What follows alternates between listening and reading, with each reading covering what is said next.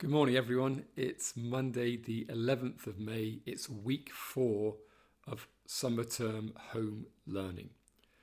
I hope you had a good bank holiday weekend. Unusually, the bank holiday was on a Friday, and the reason for that, as I explained last week, was that Friday was the 75th anniversary of VE Day, VE standing for Victory in Europe. And if you remember, the challenge I gave you last week was to research your own family history and to try to find out how your relatives were affected by the Second World War. Thank you for the research. Thank you for sharing your stories. There were some awe-inspiring tales of bravery and courage. There were stories from every continent apart from Antarctica. There were stories of individuals who were affected by bombing, who were shot at, who had to experience rationing, living in air raid shelters, people who were taken prisoner, people who were flying planes, people who were in the Navy, people who survived their ships being torpedoed. And one person had a ship sunk underneath them twice in the same, or different ships, on the same day. There were survivors of prisoner of war camps. There was a civilian survivor of the Battle of Stalingrad. The stories of bravery, of courage, of resilience were just quite remarkable. I'm not sure if enjoyed is the right word, but to read what these people, what your ancestors went through, was quite phenomenal. It was awe-inspiring. And very interestingly, reading through all of the things that you sent in, it became apparent that some of your relatives were probably at the same place at the same time. Now, they wouldn't know, or they may well have known each other, but they wouldn't know in 2, 3, 4 generations' time. Their children would be at the same school at the same time. So there were people involved in Dunkirk. There were people involved in the fall of Singapore. So it's just quite remarkable that some of your relatives may well have fought with or been alongside relatives of other people at the school.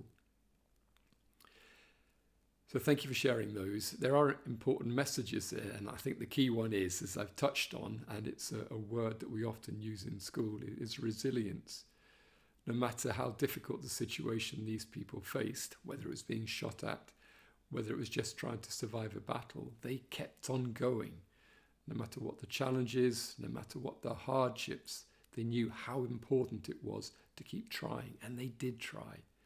And by perseverance, by showing this resilience, they got through the horrific experiences that some of them were faced with. So stories of bravery, stories of courage, and stories of resilience. And there's an important message for us that we must show resilience in these difficult times, not comparable at all to the Second World War. But having said that, I wonder whether you in 20, 30, 40 years' time will be telling your stories of lockdown to your children and your grandchildren. And maybe your stories will be in some school project in the future. So make sure you tell the stories of your ancestors to your children, but also make sure you tell your own stories as well. And I think you have been showing tremendous resilience in these last few weeks. You're all working really hard. You're approaching work in exactly the right spirit. So really well done on all the efforts you are making. I think it's fantastic. And it's not just in the work, it's also in some of the other activities as well. Last week we saw the Durlston family event, the camp out, and you shared some of your photographs, and it looks amazing. Some of you are camping inside. Some of you were camping outside. Some of you had midnight feasts. Some of you slept through. I managed to bivouac outside, and it did get quite cold, I must admit. So I hope you've managed to survive the cold. I hope you were all snuggled up. It was a good experience. So thank you for taking part. And if you weren't able to take part, then you would have still shared in the event by hearing some of the stories and seeing some of the photographs. So it was a good Durlston family event. And whether you did it or read about it, we were all involved somehow. Now this week we got another brilliant Durlston family event. Mr. Lack's given me a sneak preview. Full details are available on Google Classroom. but it's going to be this Wednesday afternoon, the Great Durlston Bake Off. Now, if you're experts on the show, you'll know that there are three components. There's the signature bake, there's a technical challenge, and there's the showstopper. Now, if you want to, you can focus on one of those, or you can do two, or you can do all of them. So this Wednesday, the Great Durlston Bake Off. After the disaster of my cake a couple of weeks ago, I'm determined to give it another go, and I'm hoping it's a lot better than it was last time. But having seen the photographs from the Durlston Tea Party we had a couple of weeks ago, I know that you're more than capable of producing great cakes. And I'm looking forward to seeing some more fantastic photographs of what you produced, and I really wish I could taste them. So make sure you get involved in that. Now, I talked for a lot last week, so I don't want to talk for much longer this time, but I do want to say a few thank yous. First of all, thank you to yourselves. You are really working hard. You are really trying your best. And I think it's fantastic the attitude you've shown. So thank you so much for all the effort that you're making. Thank you to your parents who are supporting you in this as well. So we're very, very grateful for all the work you're doing to support your children. Thank you to the members of staff who are working so hard to set up the classroom for you and to check and to support you.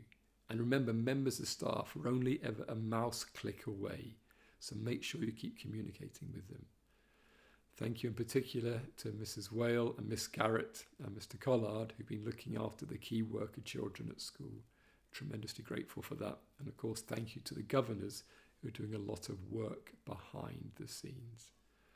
So it's a great Durlston family effort. So well done, everyone. Now, I've got my challenge for you this week.